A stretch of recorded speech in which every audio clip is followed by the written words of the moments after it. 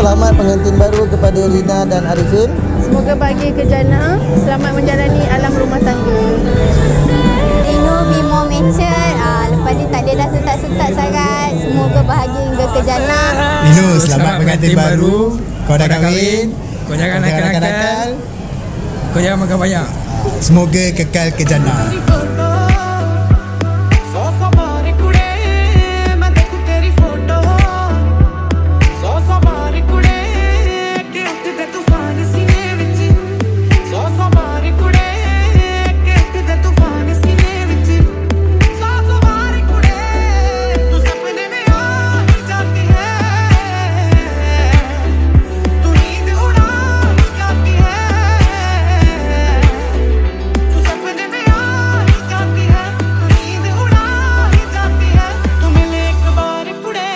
Pengantin baru Rino dan Arifin, semoga bahagia hingga ke jana.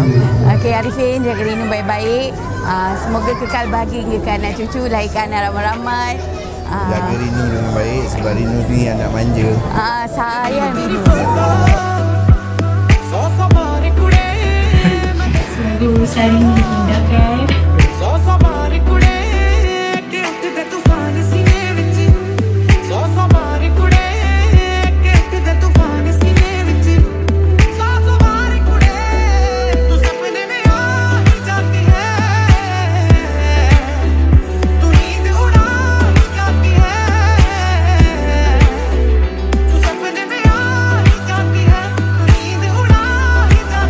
Hari betul tu nak ucap terima kasih dekat mak, ayah, lepas tu adik-beradik semualah sebab diorang yang banyak tolong saya.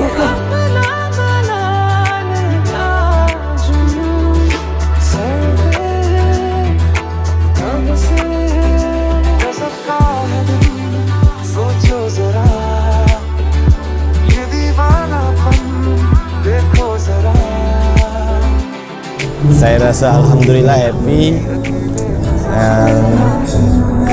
dengan lagi ada tanggungjawab yang besar lagi. So alhamdulillah so far, syukur pada Allah Subhanahu Wa Taala.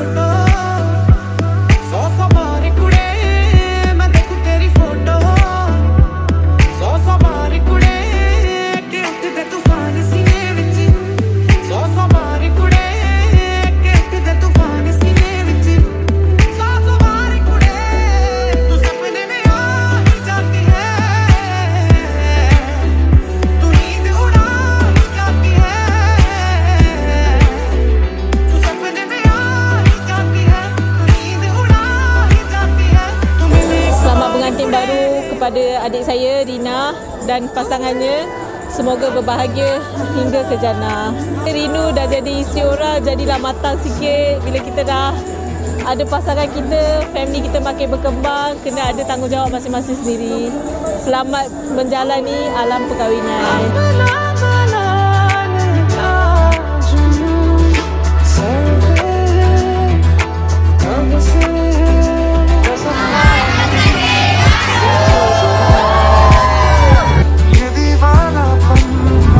Alhamdulillah, semua berjalan dengan lancar apa yang saya plan. mungkin memang jadilah, maksudnya macam sebab masa awal tu ingat tak boleh nak buat kahwin sebab SOP apa semua kan.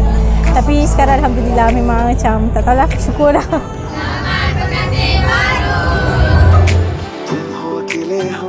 अकेले मजा आ रहा है कसम से कसम से